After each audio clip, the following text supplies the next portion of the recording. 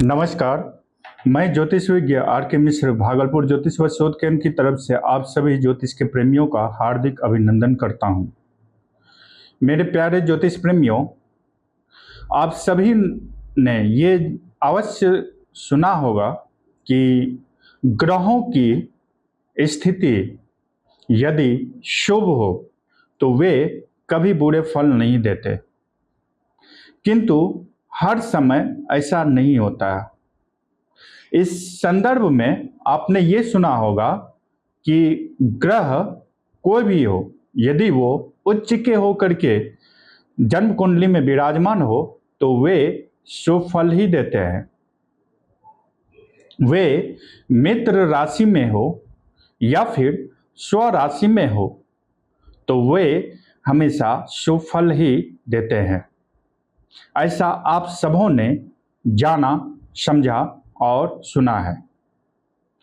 किंतु आज मैं जिन ज्योतिषीय महासूत्रों के संदर्भ में मैं बातें करने के लिए जा रहा हूं, इससे आपको ग्रहों की स्थिति चाहे अच्छी ही क्यों ना हो, किंतु वे ग्रह भी बुरे परिणाम देते हैं।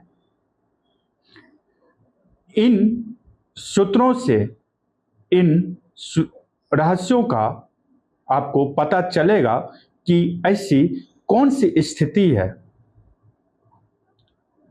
जो अच्छी अवस्था में ग्रहों की और जिन भाव के स्वामी वे ग्रह हैं उनके अच्छी अवस्था में भी बुरे परिणाम देखने को मिलते हैं।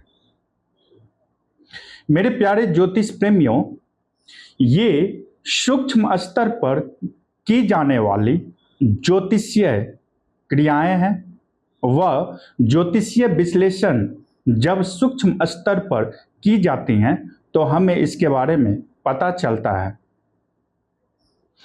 ये सूत्र किस स्थिति में प्रभावशील हैं, इसके लिए आपको सिर्फ भाव, भावेश और ग्रहों की स्थिति देखना पर्याप्त नहीं होता। इन संदर्भित सूत्रों को लगाने के लिए आपको भाव, भावेश और कारक ग्रह के साथ साथ आपको नक्षत्र और नक्षत्र के चरण की और नक्षत्र के स्वामी की स्थिति को भी देखना प्रमुख तौर पर बनता है। तो आइए कैसे ये कार्य करता है, तो आइए एक उदाहरण से इसे समझने की चेष्टा करते हैं। आप एक कर्क लग्न की ही कुंडली बना लें। उदाहरण के तौर पर आज मैंने कर्क लग्न को ही लिया। कर्क लग्न की कुंडली को आप बना लें। इसमें आप ये देखें कि किसी भी भाव के स्वामी की स्थिति कैसी है। यदि वे उच्च के होकर के बैठे हुए हो, लेकिन जिस नक्षत्र में वे बैठे हुए हो उस नक्षत्र के स्वामी की स्थिति जन्म कुंडली में अच्छी ना हो। वैदिक ज्योतिष के वे प्रमुख सभी सूत्र जो केंद्र, त्रिकोण व खडाष्टक, त्रिखडाय और त्रिकभाव से संदर्भित जितने भी सूत्र हैं और मेरे द्वारा निर्दिष्ट जो ज्योतिषीय महासूत्र द्विद्वादश, त्रिएकादश, चतुर्थ दशम, पंचम नवम, खडाष्टक और समसप्तक भाव से संदर्भित मामलों को लेकर के जितनी भी विवेचनाएं की गई, उन सभी मूल आधारों पर भाव, भावेश और कारक ग्रह की स्थिति वह जिस नक्षत्र में है उस नक्षत्र में मौजूद उसके स्वामियों की स्थिति को नक्षत्र के चरण के अनुसार और जन्म कुंडली में भाव के अनुसार आकलन करने की हिदायत दी जाती है। तो आइए इसे एक ज्योतिषीय महासूत्र के अंतर्गत इसे लगा करके देखते हैं। सबसे उत्तम स्थिति ग्रहों की जो कही गई है वो स्थिति ये है कि जब ग्रह किसी भाव के स्वामी हो करके अपने उच्च राशि में विराजमान हो जाए, तो ऐसे में उस भाव से संदर्भित मामलों में वो जो ग्रह अपने उच्च अवस्था में चला गया है, उस ग्रह के जितने भी कारक तत्व हैं उन सभी संदर्भित मामलों में सुफल देखने को मिलता है। ये वैदिक ज्योतिष के माध्यम से महर्षि पराशर के द्वारा निर्दिष्ट सूत्र है। मेरे प्यारे ज्योतिष प्रेमियों, किंतु इसके साथ साथ आपको यह भी देखना अति आवश्यक है कि वे ग्रह यदि उच्च अवस्था में हैं तो उस राशि में, जिस राशि में वे उच्चता को धारण करते हैं, उसमें ग्रहों की डिग्री कितनी है। ग्रहों की डिग्री से आपको नक्षत्र का पता चल जाएगा। अब नक्षत्र के किस चरण में है, तो इससे हमें नक्षत्र के यदि प्रथम चरण, दूसरे चरण या तीसरे चरण या चतुर्थ चरण में है, तो इस एक एक चरण को आप 4 अवस्थाओं में लें। 4 अवस्था कौन कौन से हैं, तो आइए बताते हैं। सबसे नक्षत्र का पहला चरण आपको बाल्यावस्था से देखना चाहिए। दूसरा अवस्था आपको किशोरावस्था से देखना चाहिए। तीसरा अवस्था युवावस्था से प्रौढ़ावस्था तक देखना चाहिए और चौथा अवस्था को प्रौढ़ावस्था से पूर्ण रूप से वृद्धा अवस्था तक आपको देखने चाहिए। अब इन चरण के अनुसार ग्रहों की डिग्री, जो कि 3 अंश 20 कला पर निर्धारित की गई है, अर्थात 13 अंश 20 कला का एक नक्षत्र होता है। अब ग्रहों की डिग्री 3 अंश 20 कला में इन 4 चरण को फिर 4 चरण में बांट लें। ये गणितीय विधि है जिसके बारे में अपने संस्था के विद्यार्थियों को गणितीय मार्ग से इसे लगाने के लिए समझा दिया जाएगा। किंतु यहाँ पर आप सभी ज्योतिष प्रेमियों को सांकेतिक रूप से इन सूत्रों को निर्धारित करने की विधि बताई जा रही है। उस 3 अंश 20 कला को फिर 4 भाग में बांट लें। इससे आपको हर एक चरण की स्थिति का पता चल जाएगा, जो कि वे चरण जो वृद्धा अवस्था के चरण को बताते हैं या फिर बाल्यावस्था के चरण को बताते हैं, तो उसमें बाल्यावस्था के, किशोरावस्था के और युवावस्था के और वृद्धावस्था के चरण का प्रभाव किस प्रकार से पड़ रहा है।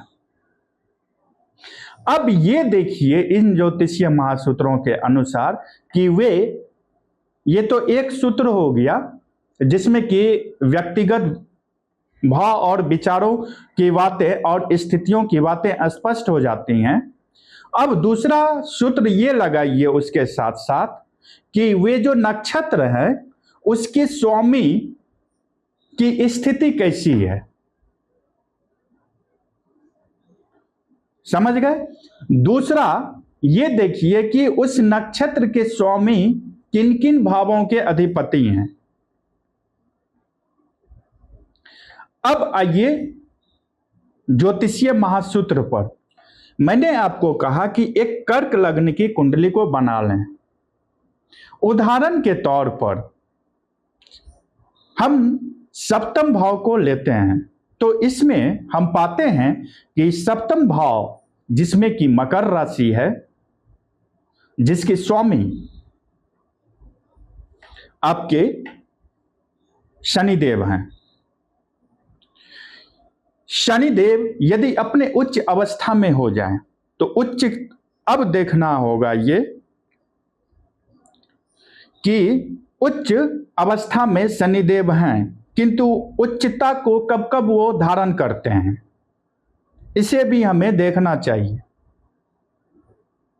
जैसे कि शनिदेव तुला राशि में हो जाए तो ऐसे में शनिदेव उच्चता को धारण कर लेते हैं।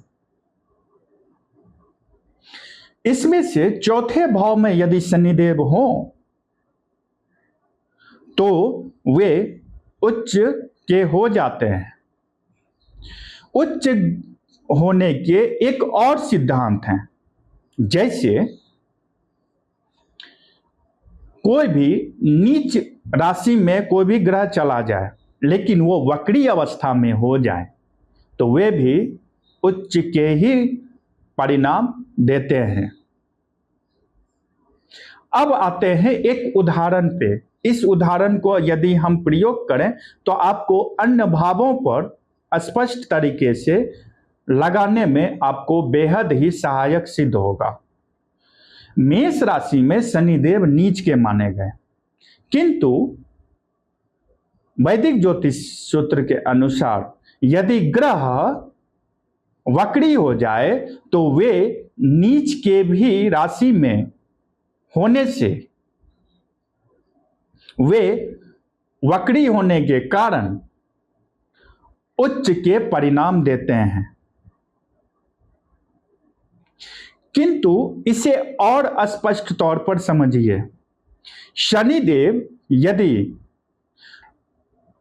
2 से 3 डिग्री के बीच में है, 2 से 3 डिग्री का तात्पर्य ये है कि इससे हमें नक्षत्र का पता चलता है।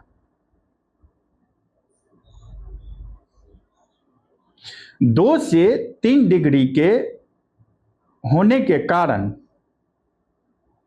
यहां पर मेष राशि में यदि शनि वक्री होकर के बैठे हुए हो तो शनि देव का संबंध मंगल और केतु से बनता है। अब इसमें यह देखिए, राशि के स्वामी मंगल की स्थिति यदि वे नीच के हो जाएं कुंडली में, या फिर केतु ग्रह का संबंध त्रिक भाव से, त्रिकदाय भाव से हो, और ये जो ग्रह नीच के होकर के बैठे हुए हो, उनका संबंध अपने से विरोधी ग्रह के नक्षत्र में हो, तो ऐसे में सूक्ष्म तौर पर आपको ये समझना चाहिए कि शनिदेव यहां पर उच्च के हो करके तो विराजमान हैं, किंतु वे कभी भी सुफल देने वाले नहीं हैं। जीवन में संघर्ष मिलेगा, क्योंकि यहां पर शनिदेव का संबंध 10वें भाव से है। क्योंकि कर्क लग्न की कुंडली में मेष राशि 10वें भाव में बनता है। 7वां भाव स्वयं में एक मारक भाव है, क्योंकि यहां पर शनिदेव अष्टमाधिपति भी होते हैं, अर्थात अष्टम भाव के स्वामी भी होते हैं। यहां पर 7वें और 8वें भाव के स्वामी उच्च के होने के बावजूद भी वे जीवन में कार्यों से संबंधित मामलों को लेकर के थोड़ी संघर्ष की स्थिति उत्पन्न करते हैं। किंतु ये ग्रह कब इस तरह के कुफल देंगे, ये ठीक उसी प्रकार का प्रश्न है जिससे कि आपको ये पता चल जाएगा कि कोई ग्रह अपने फलों की प्राप्ति कब, किस समय और किन स्थितियों में कराता है। तो आपको एक शब्द में मैं बता दूं, जब जब किसी भी ग्रह की महादशा, अंतर्दशा, प्रत्यंतर दशा और सूक्ष्मांतर दशा आएंगी तो उन स्थिति में वे ग्रह कुफल या सुफल को देने वाले होते हैं। आशा है कि आपको ये सूक्ष्म तौर पर की जाने वाली विश्लेषण पद्धति, जिसमें राशि, भावाधिपति, भाव, कारक ग्रह और नक्षत्र के आधार पर जो एक विश्लेषण आप लोगों के समक्ष करने का जो सूत्र निर्दिष्ट किया गया है, आपको पसंद आया होगा। अतः पुनः आगमन तक के लिए आप सभी ज्योतिष के प्रेमियों, ज्योतिष के आचार्यों और ज्योतिष के विद्यार्थियों को मेरा नमस्कार।